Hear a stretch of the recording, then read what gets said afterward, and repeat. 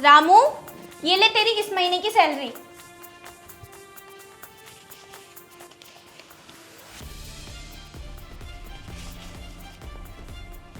मालकिन इसमें तो पैसे कम हैं, पूरे 2500।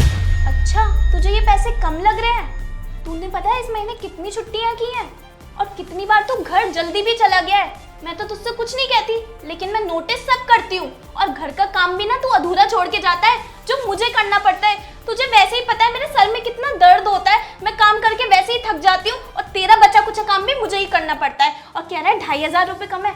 और तुझे पता है मेरा पति ना सुबह से शाम तक मेहनत करता है, मेहनत करके वो पैसे इस घर में लाता है और वो पैसे मैं तुझे दे दूं? तू यही चाहता है ना? देख, तुझे ना ये पैसे मिल रहे हैं, इतना बहुत है। शुक्र मना कि मैंने तुझे ये पैसे दे दिए हैं, वरना तुझे ये भी नहीं मिलने वाले थे। तूने इतना काम किया तो है नहीं। इस महीने तूने कितनी सारी छुट्टियां कर ली और ऊपर से तू मुझसे बोल रहे 2500 रुपये कम है। देख, तुझे जितने पैसे मिल रहे हैं ना, तू उतने पैसे रख ले, वरना तुझे ये पैसे भी मिलेंगे नहीं, समझा तू? पर मैडम, परवर कुछ नहीं, जितने पैसे तुझे मिल रहे हैं ना उतने पैसे रख ले, इससे ज्यादा नहीं दूंगी मैं तुझे। और ये जो काम पड़ा हुआ है ना, इसको भी जल्दी से खत्म कर। और मशीन में इतने सारे कपड़े पड़े हुए हैं, वो भी तुझे ही साफ करने हैं। आज मैं तेरे हिस्से का कोई भी काम नहीं करूंगी, समझा तू? जल्दी आ।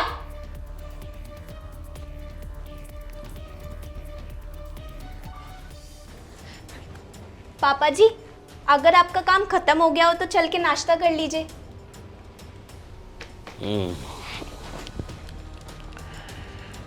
बेटा ईशा, ये आप उस नौकर से क्यों चिल्ला रहे थे? अरे कुछ नहीं पापा जी, आपको पता है इन नौकरों ने ना मेरा दिमाग खराब करके रखा हुआ है। ये कितनी मेहनत से पैसे कमाते हैं, सुबह से शाम तक ऑफिस में जाकर बेचारे कितनी मेहनत करते हैं, और इन नौकरों को तो बस ऐसा ही चाहिए। और आपको पता है इस महीने तो इस नौकर ने कितनी सारी छुट्टियां की थी, और यहाँ तक कि ये जल्दी भी चला गया था मुझसे बिना बताए।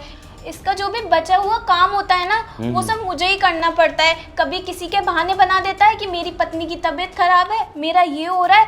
मैं कुछ नहीं कहती हूँ, लेकिन पापा जी पैसे पेड़ पर थोड़ी ना उगते हैं। वो भी तो कितनी मेहनत करके लाते हैं, और मैं खाना खुद से बनाऊंगी तो फिर नौकर को क्यों रखा हुआ है हमने? बात तो ठीक कह रही हो बेटा, परंतु बेटा ये नौकर लोग भी ना इंसान तो होते ही है ना, इनके भी बीबी बच्चे वगैरह वो सब होते हैं ना। और ये जब नौकरी करने आते हैं तो इनको हमें पूरी पगार दे देनी चाहिए। अरे पापा जी, आप ये सब छोड़िए और चल के गरम गरम नाश्ता कर लीजिए, आइए। चलो ठीक। घर का सारा काम तो हो गया, सर में बहुत दर्द हो रहा है। काम करता हूँ, घर चला जाता हूँ, आराम कर लूँगा, शाम को फिर आ जाऊँगा। अरे रामू, अच्छा हुआ तू मुझे यहीं मिल गया। ये ले पैसे और सब्जी ले आ। सब्जी? मैम साहब, हमारी ना तबीयत ठीक नहीं है। वैसे हमने घर का सारा काम कर दिया है, तो हम सोच रहे हैं कि हम थोड़ा आराम कर लें।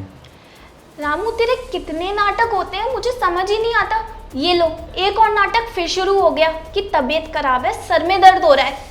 चुपचाप ना पैसे पकड़ और सब्जी लेकर आ।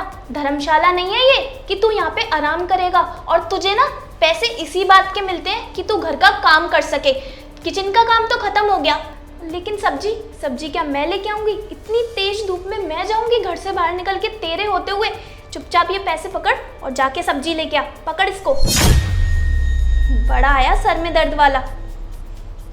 जा, मेरी शक्ल के देख रहा है? एक काम नहीं होता है इससे, हर समय बस ये दर्द वो दर्द। यार, जूस पीने का मन कर रहा है। एक काम करती हूँ, रामू को, उसके पास तो फ़ोन भी नहीं है। अच्छा चलो, अब उसको आ ही जाने दो, फिर दोबारा भेज दूंगी। अरे रामू, तू आ गया? वो ना मेरा बहुत जूस पीने का मन कर रहा था। एक काम कर, सब्जी का थैला यहाँ पे रख दे और ले पैसे ले और जूस ले आ। ये ठीक नहीं है, बहुत है, थोड़ी देर बाद पी के आएंगे। मन मेरा अभी कर रहा है जूस पीने का, और जूस तो थोड़ी देर बाद लेकर आएगा। अरे तू करता क्या है पूरे दिन? सब्जी लेने तो भेजा था, उसमें तेरी जान निकल रही है। जल्दी जा और जूस लेके आ। ये थैला इधर रख दे, बहाने करवा लो बस हर वक्त।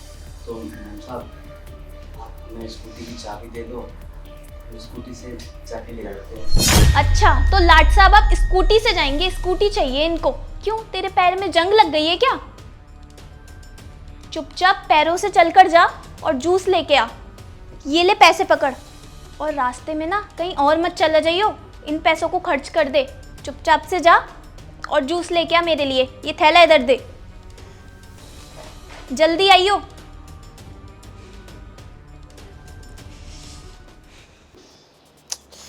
अभी तक आया ही नहीं है। बहू बेटा, मेरे सर में दर्द हो रहा है, जरा रामू को बोल करके चाय बनवा दो। अरे पापा जी, पता नहीं, मैंने उसको जूस लेने भेजा था, पता नहीं कहाँ मर गया, अभी तक नहीं आया। आपको पता है 1 घंटा हो गया है। 1 घंटा हो गया? धूप भी बहुत तेज है। वो बोल भी रहा था कि मेरी तबीयत खराब है।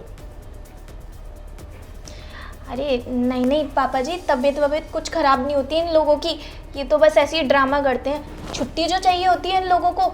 और आपको पता है, जूस लेने जाने के लिए ना मेरी स्कूटी मांग रहा था, मैंने तो मना कर दिया। पैदल नहीं चलेगा तो तबीयत खराब ही होगी ना। लगता है आ गया है, मैं देखती हूँ पापा जी।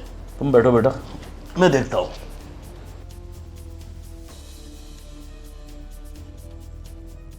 नमस्ते बाबूजी। नमस्ते। आप कौन? आपके यहाँ रामू काम करने आता है ना, मैं उसकी बीवी। अच्छा, तो रामू कहाँ है? जब आपने उन्हें जूस लेने के लिए भेजा था तो रास्ते में गर्मी बहुत थी, धूप थी, तो उधर वो चक्कर खा के गिर गए। तो अच्छा था कि आसपास लोग थे, तो उन्होंने उन्हें हॉस्पिटल में भर्ती कर दिया। तो मैं जो आपने जूस मंगाया था वो लेके आई हूँ। इस समय रामू कहाँ है? अभी तो वो हॉस्पिटल में भर्ती हैं और अब वो कुछ दिनों के लिए नहीं आ पाएंगे। उनके बदले मैं आ जाऊंगी काम करने के लिए। अच्छा, पर उन तो तुमको आने की कोई ज़रूरत नहीं है। तुम रामू का ध्यान रखो और ये कुछ पैसे रख लो, उसके इलाज में काम में आएंगे। नहीं नहीं बाबूजी, आप पैसे मत दीजिए, अभी उनका महीना हुआ था, आपने पगार दे दिया है। नहीं नहीं ठीक है, वो ठीक है, मगर इस समय वो बीमार हैं, इलाज में पैसों की ज़रूरत पड़ती है। अब ठीक है, आप जाओ, उनका ध्यान रखो। बहुत बहुत धन्यवाद बाबूजी। ठीक।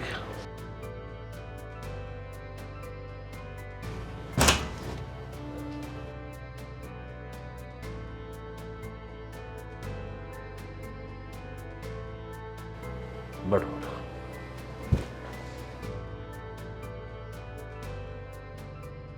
देखा बेटा ईसा, हमारी छोटी सी गलती कभी कभी जो है दूसरे के लिए बहुत ज़्यादा भारी पड़ जाती है। उसने आपसे स्कूटी मांगी थी, अगर आपने स्कूटी दे दी होती तो वो शायद आज अस्पताल में ना होता। और ये नौकर भी ना हमारे घर और परिवार का सदस्य ही होते हैं, वो हमारी छोटी बड़ी बातों का कितना ध्यान रखते हैं। कभी उनकी गलती ना होते हुए भी हमें ऐसा लगता है कि वो गलत है, जबकि वो गलत नहीं होता। चलो कोई बात नहीं, अब तुम इस बात को इतना टेंशन मत लो, परंतु आगे के लिए ध्यान रखना। ठीक है बेटा? जी पापा जी। ओके।